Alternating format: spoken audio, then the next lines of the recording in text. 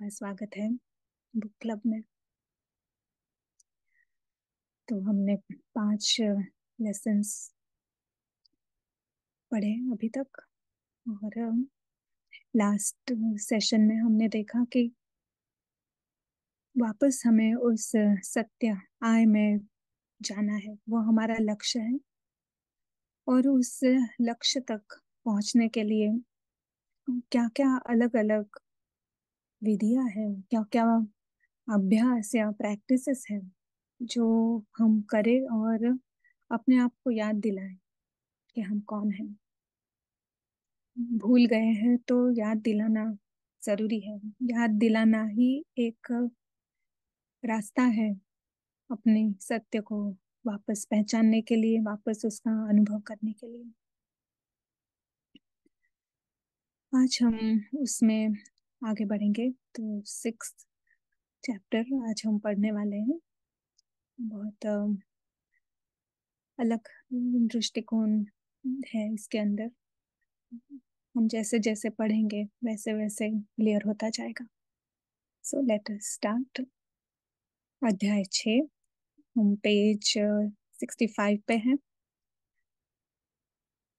नाम है, टाइटल है याद, यानी रिमेम्बरेंस। फर्स्ट सेक्शन है दृष्टि, द विजन। एक कहानी में एक फूल को 4 अलग अलग व्यक्तियों को दिखाया गया। उनमें से जो कलाकार था उसने फूल की सुंदरता, रंगों की पूर्णता और समरूपता को लक्षित किया। वनस्पति शास्त्री की नजर में फूल में 8 पुष्प केसर थे तथा पुष्पकोश असामान्य रूप से रंगा हुआ था। वैद्य यानी हर्बलिस्ट ने पंखुड़ियों का चिकित्सा उपयोग के से आकलन किया और व्यापारी ने उस फूल की बाजार में वर्तमान कीमत को देखा। यह उदाहरण संक्षेप में बताता है कि हमारी दृष्टि हमारी पहचान से, यानी जो हम अपने आप को जो समझते हैं, हमारा जो तादात्म्य है हमारे स्वयं से, पेशे से, उससे कैसे प्रभावित होती है। इसी तरह अन्य लोगों के बारे में हमारी दृष्टि भी हमारी पहचान से प्रभावित होती है। तो इस कहानी में 4 अलग अलग प्रोफेशन के लोग हैं और हर एक ने उसी फूल को अपने अपनी नजर से देखा। तो कहना चाह रहे हैं कि कोई भी वस्तु है वो हम अपनी नजर से देखते हैं, उसका मूल्य, उसका उपयोग, उसके बारे में जो भी हमारी सोच है वो हमारी क्या तादात्म्यता है, हम कौन सी पहचान में है, उसके ऊपर आधारित है। तो अभी नेक्स्ट चित्र हम देखेंगे। इस चित्र में हम देख रहे हैं कि अन्य लोगों के बारे में हमारी दृष्टि हमारे पहचान से कैसे प्रभावित होती है। चित्र 17 में मानव मानस को कुछ संभावित पहचानों से युक्त दिखाया गया है।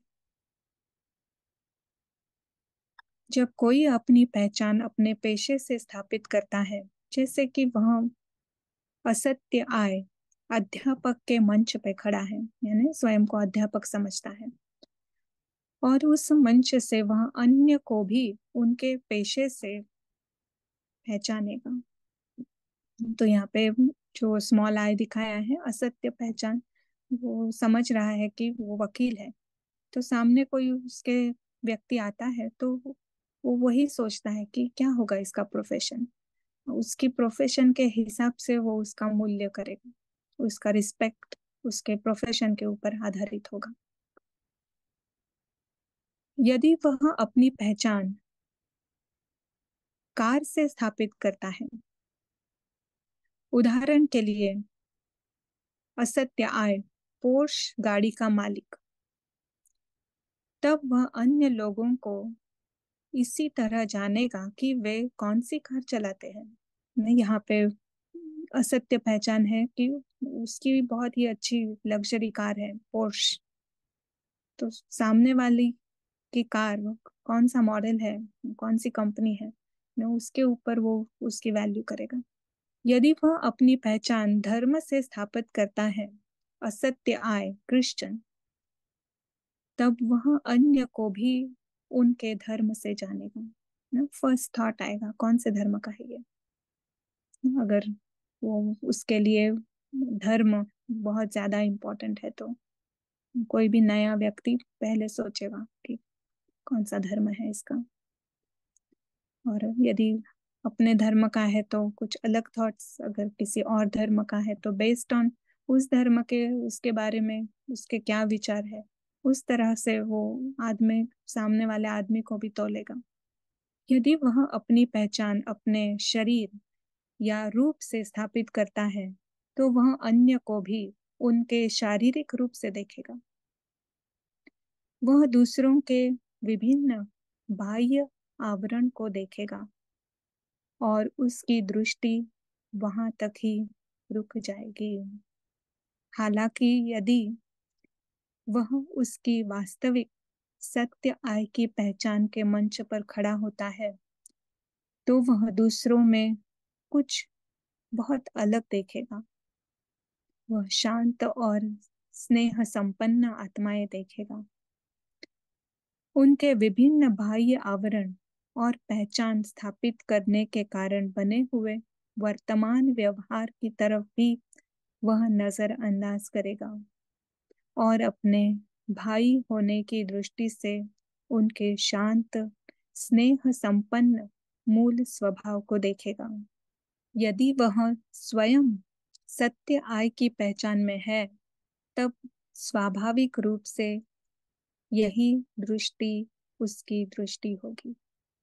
तो यहाँ पे हम क्लियरली देख सकते हैं कि असत्य आय में जब होते हैं तो किस तरह की थॉट्स हम सामने वाले को देख के करते हैं। वो वेरी होगी, जिस तरह की हमारी असत्य पहचान है उस तरह से हम सामने वाले को देखेंगे। और हर व्यक्ति के लिए अलग अलग थॉट्स होंगे। पर यदि कोई सत्य आय की पहचान में है यानी स्वयं को आत्मा समझता है तो सामने वाला कोई भी हो, सामने वाले की जो पहचान है या उसमें जो वो देख रहा है वो चेंज नहीं होगा। उसको आत्मा नजर आएगी, आत्मा भाई है नजर आएगा। आत्मा के जो ओरिजिनल गुण है, उसका जो ओरिजिनल स्वभाव है, शांत स्नेह संपन्न, उसे वही दिखाई देगा। कितनी निराली बात है। क्योंकि वर्तमान समय हम आरंभ कर रहे हैं, हमारी सत्य आय की पहचान बहुत अल्प विकसित होने के कारण हमारी दृष्टि स्वाभाविक रीति से श्रेष्ठ नहीं होगी।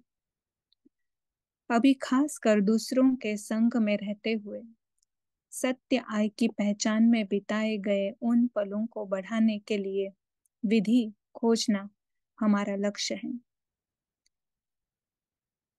यह हम हमारी दृष्टि पर ध्यान देकर प्राप्त कर सकते हैं। दूसरों के संग में रहते हुए उनके शरीर में स्थित आत्मा को देखने का और उन्हें शांत स्वरूप चैतन्य ज्योति बिंदु रूप में देखने का ध्यान पूर्वक अभ्यास हम कर सकते हैं। इस दृष्टि से दूसरों के प्रति सम्मान और भाईचारा प्रेम रहेगा। परंतु इसमें भी अधिक महत्वपूर्ण बात यह होगी कि यह हमें सत्य आय की पहचान में ले आएगा। हमारा लक्ष्य क्या है? वापस उस सत्य आय की पहचान में जाना और उस सत्य आय की पहचान में रहकर सुख का अनुभव करना, ये हमारा लक्ष्य है। तो ये एक विधि हमने देखी कि दूसरों को भी आत्मा देखेंगे तो अपने आप हम उस सत्य आय के पहचान में आ जाएंगे। इसलिए यह स्व उन्नति के लिए एक अप्रत्यक्ष परंतु एक बहुत ही बहुमूल्य तरीका है। अप्रत्यक्ष यानी दूसरों को आत्मा देख रहे हैं, बट वो दूसरों के को आत्मा देखने में हम पहले अपने आप को आत्मा देखते हैं। पहचान पर नियंत्रण रखने की तुलना में दृष्टि और विचारों पर नियंत्रण रखना अधिक सहज है। इसलिए हमें केवल इस बात पर ध्यान देने की आवश्यकता है कि हम दूसरों को किस दृष्टि से देखते हैं और उनके बारे में क्या सोचते हैं। यदि हम उन्हें आत्मा की दृष्टि से देख सकते हैं, तब उस दौरान हमें विचार आत्मचेतना पैदा करने के लिए पर्याप्त सूक्ष्म रहेंगे, जिससे हमारी स्थिति आत्मस्मृति यानी सोल कॉन्शियसनेस की बन सकती है। यानी वे सूक्ष्म विचार सत्य आय की पहचान निर्माण कर सकते हैं। नेक्स्ट सेक्शन है तीसरी आंख, द थर्ड आई। हमने अध्याय 2 में अप्रत्यक्ष दुनिया यानी अनमैनिफेस्ट वर्ल्ड के अस्तित्व की चर्चा की थी। हम यह भी जानते हैं कि हम अपने मन एवं व्यवहार में प्रत्यक्ष दुनिया यानी मैनिफेस्ट वर्ल्ड को अप्रत्यक्ष दुनिया की तुलना में असंगत यानी डिसप्रपोर्शनेट महत्व देते हैं। क्या है मैनिफेस्ट वर्ल्ड? यानी जो हमें इन आंखों से दिखाई देता है या जहाँ तक हम पहुंच पाते हैं, जिसका हम अनुभव कर सकते हैं इस शरीर द्वारा, वो है मैनिफेस्ट वर्ल्ड। और अनमैनिफेस्ट वर्ल्ड यानी जहाँ तक हम पहुंच नहीं पाते हैं इस शरीर से। और हमने देखा कि ये जो आत्मा है वो उस अनमैनिफेस्ट वर्ल्ड की है, अप्रत्यक्ष दुनिया की है। हम तो भूल ही गए कि हम आत्मा है, और अगर वो ही याद नहीं है तो हमें उस अप्रत्यक्ष दुनिया का अस्तित्व के बारे में जरा भी खबर ही नहीं है। तो सारा ही हमारा फोकस इस स्थूल भौतिक दुनिया में, प्रत्यक्ष दुनिया पे ही होता है। दूसरों को गैर भौतिक यानी नॉन फिजिकल चैतन्य रूप में देखना और भौतिक स्थूल शरीर को आत्मा के अल्पकालिक साधन के रूप में देखना, यह अभ्यास हम में से अधिकांश के लिए नई दृष्टि और नया दृष्टिकोण है। नॉन फिजिकल चैतन्य रूप आत्मा हूँ और ये जो शरीर है ये यंत्र है। इस भौतिक दुनिया की जानकारी मिलने के लिए इस यंत्र का आत्मा उपयोग करती है। तो ये जैसे कि हमने कभी सुना ही नहीं होगा, और उसको इस तरह से देखना और उस तरह से उसको उपयोग करना, उसके अनुभव करना या उसको प्रैक्टिस में लाना, ये एक नई बात है। जिस्मानी आंखें यह पहलू देख नहीं सकती है, परंतु मन की आंख से हम आत्मा को उसके गुणों के साथ देख सकते हैं। कितनी सुंदर बात है ना। मन की आंख से हम उस आत्मा को, सिर्फ आत्मा को देखना नहीं है पर उसके गुणों के साथ उसे देख सकते हैं।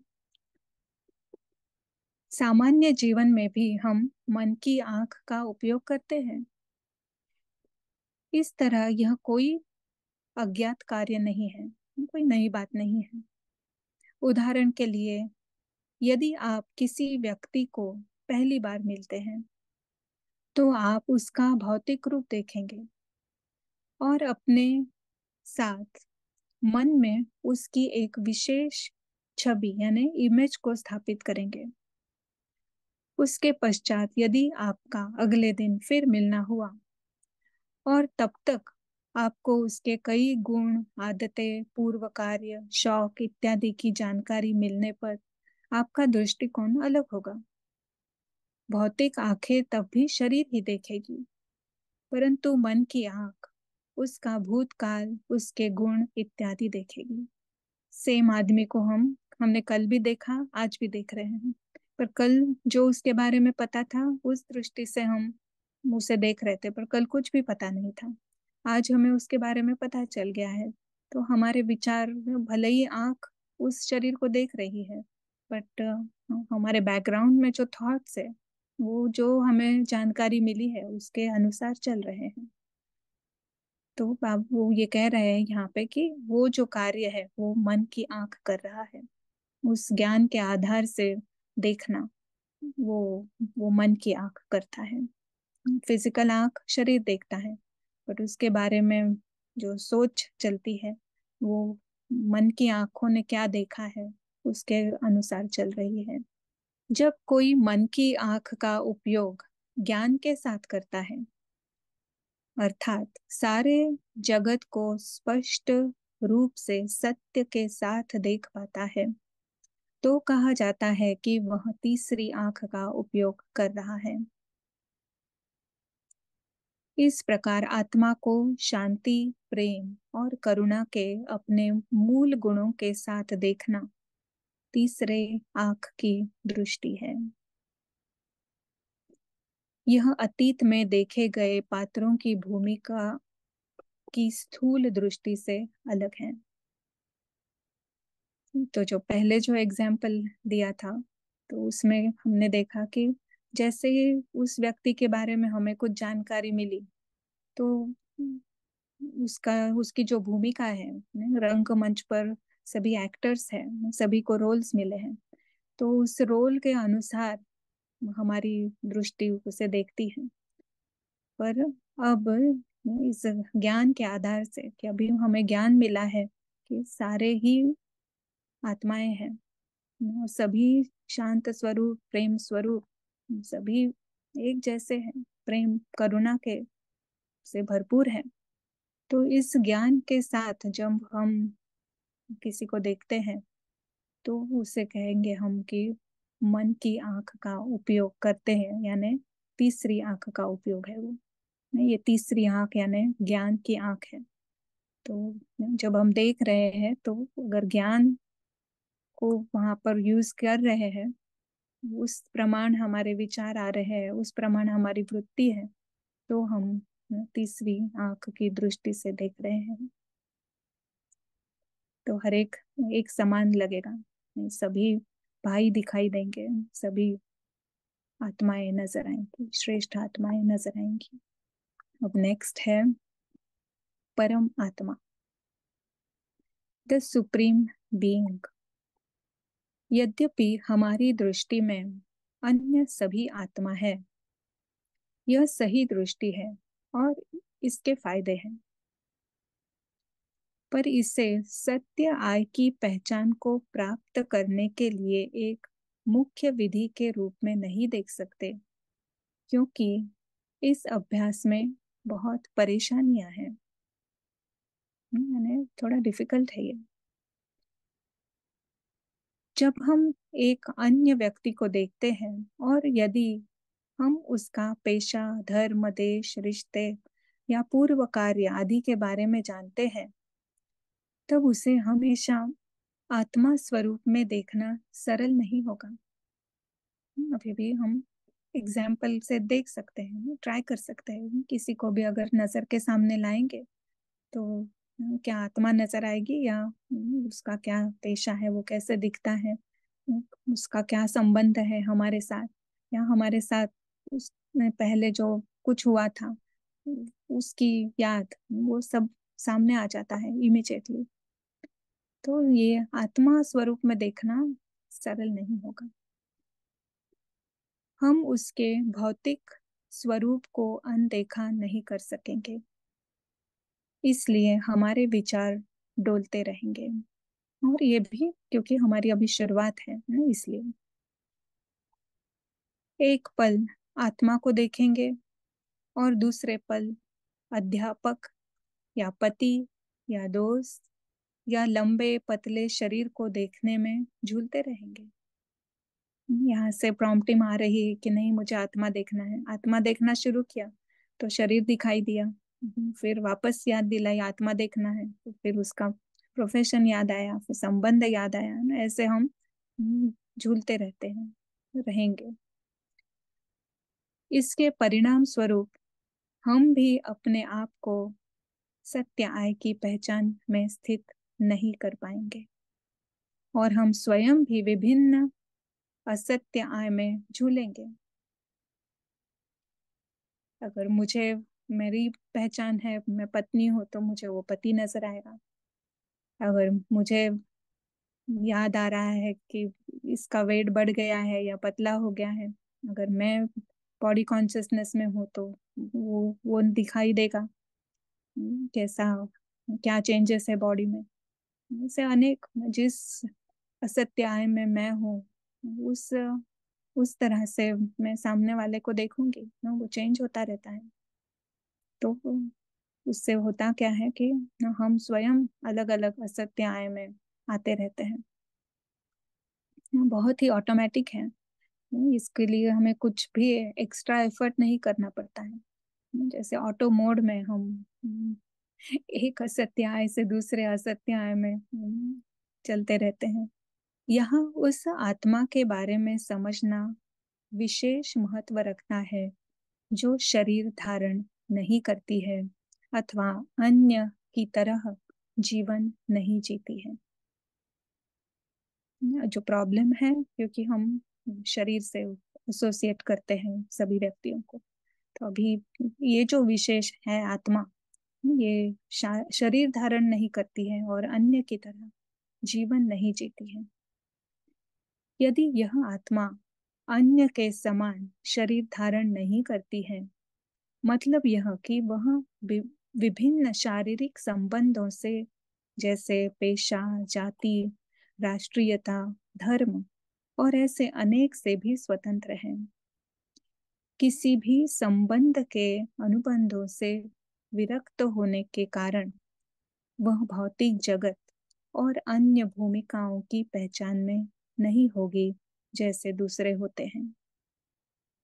सारा ही तादात्म्यता, यहाँ असत्य पहचान शुरू होती है हमारे शरीर के एसोसिएशन से। जिसको शरीर ही नहीं है तो उसके आगे वो बढ़ ही नहीं सकता है। उसे कोई भी पहचान में वो रह ही नहीं सकता है, क्योंकि वो शरीर रहित है। दूसरे शब्दों में वह संपूर्णतः आत्मस्मृति यानी सोल कॉन्शियसनेस में रहती है और किसी भी असत्य आय की पहचान से पूर्ण रूप से मुक्त रहती है। अभी हम वो चित्र देखेंगे।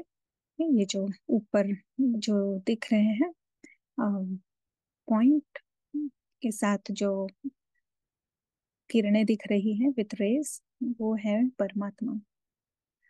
तो यदि वह सदा आत्मस्मृति में है, इसका मतलब यह है कि वह सदा अपने मूल स्थिति में रहकर मूल अनुभव करती है। ओरिजिनल एक्सपीरियंसेस, ओरिजिनल स्टेज में रहती है और मूल गुणों के साथ है। अनुभव भी करती है मूल, और उसको जो उसके ओरिजिनल जो उसके गुण हैं, उसके हमेशा उसके साथ रहते हैं। वह स्वयं के अनादि और सुरक्षित होने के ज्ञान से युक्त है और इसलिए कामनाओं से मुक्त है। अनादि यानी वो हमेशा है ही, उसका अस्तित्व कभी खत्म नहीं होता है। और सुरक्षित यानी कोई भी उसे हानि पहुंचा नहीं सकता है। उसे उसको 100% गारंटी है। उसे अंश मात्र भी उसे संदेह नहीं है कि कोई भी कहीं से भी हानि उसे मिल सके। और इसी कारण वो कामनाओं से मुक्त है। और ये बहुत ही इंटरेस्टिंग बात है, यहाँ ब्रैकेट में है, जो पवित्रता की स्थिति के रूप में वर्णित है। परमात्मा को कोई कामनाएं नहीं है, इसीलिए वो परम पवित्र है।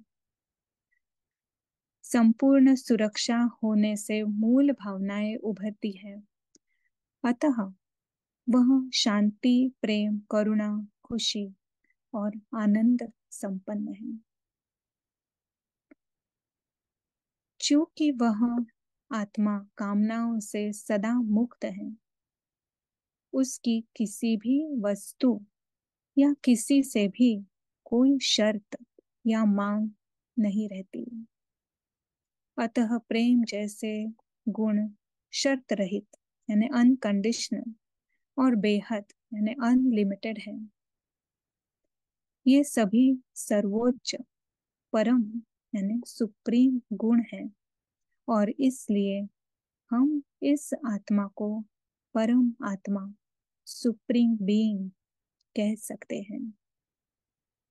परम का मतलब ही है सुप्रीम, और वो आत्मा परम क्यों है? क्योंकि उसके पास ये परम गुण है। परम गुण यानी फर्स्ट फर्स्ट बात है कि कोई भी कामना नहीं है, और कोई कामना नहीं है इसके लिए सदा शांति, प्रेम, करुणा, खुशी, संपन्न आनंद स्वरूप, आनंद का सागर। और कोई भी शर्त नहीं है किसी से भी, कोई भी वस्तु से, है ना, अनकंडीशनल। अगर शर्त नहीं है तो प्रेम ही प्रेम है, और सबके लिए है, अनलिमिटेड, उसकी कोई सीमा ही नहीं है। इस तरह इस परमात्मा का व्यक्तित्व है, तभी हम उसे कहते हैं परम आत्मा।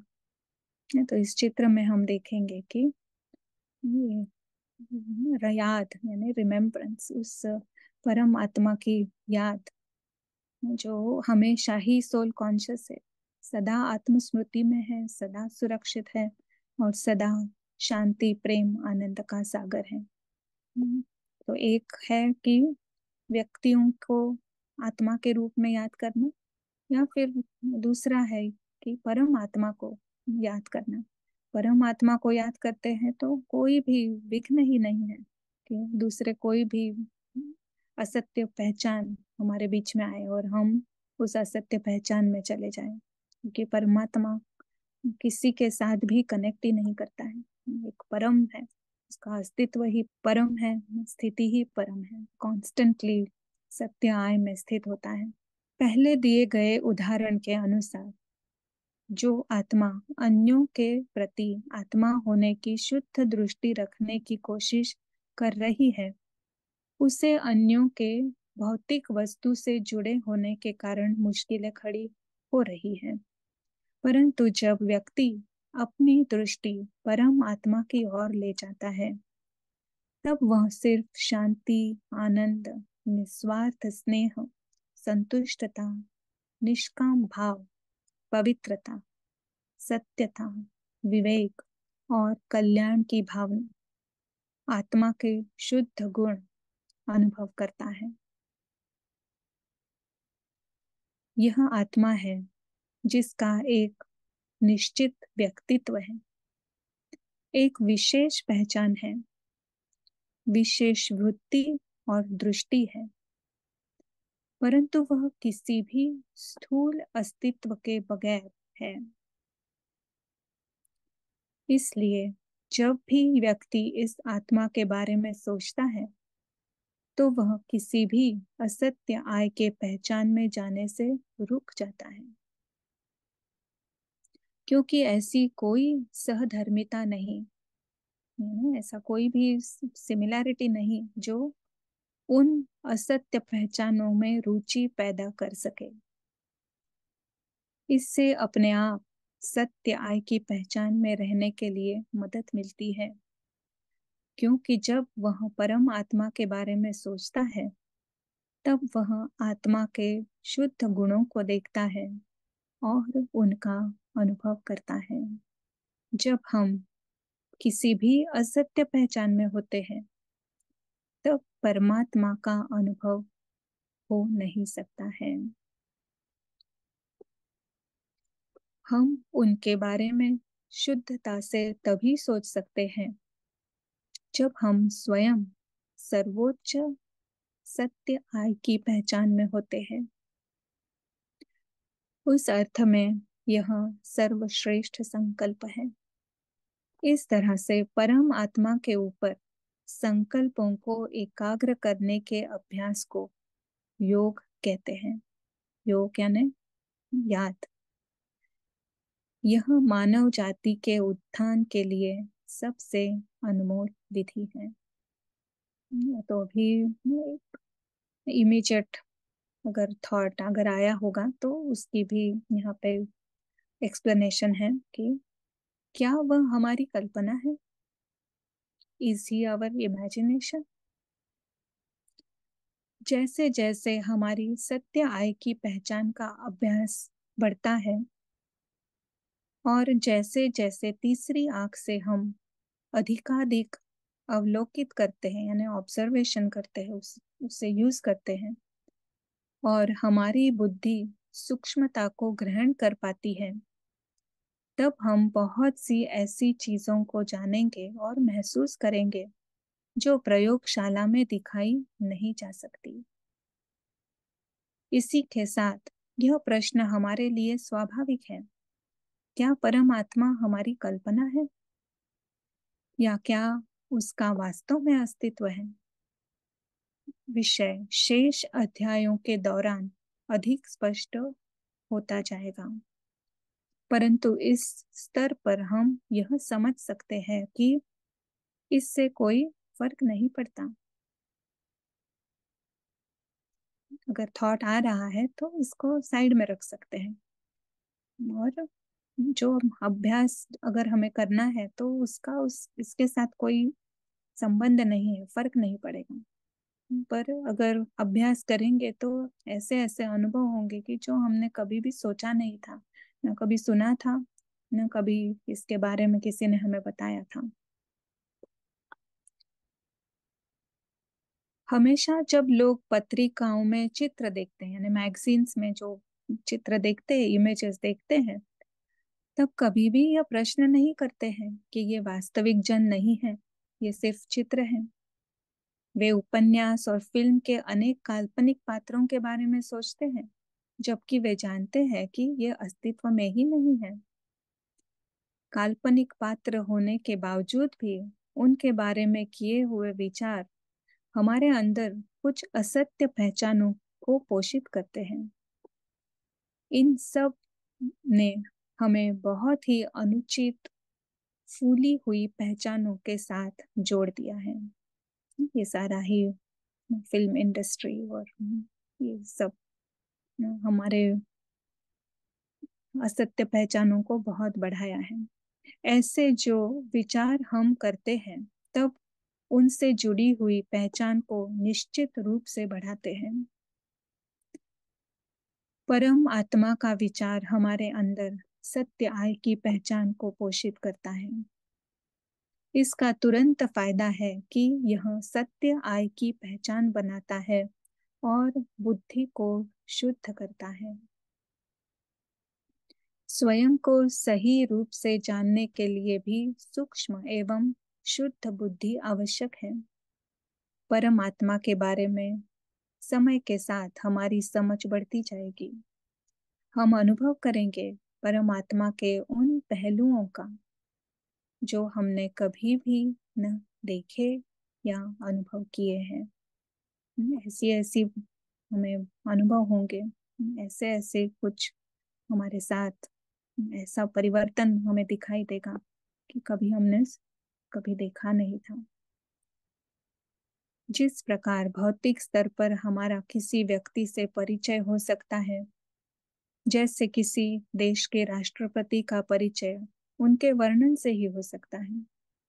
यद्यपि हम उनसे मिले नहीं हैं, फिर भी हम उनके वर्णन के आधार पर उनके बारे में एवं उनके गुणों के बारे में सोच सकते हैं।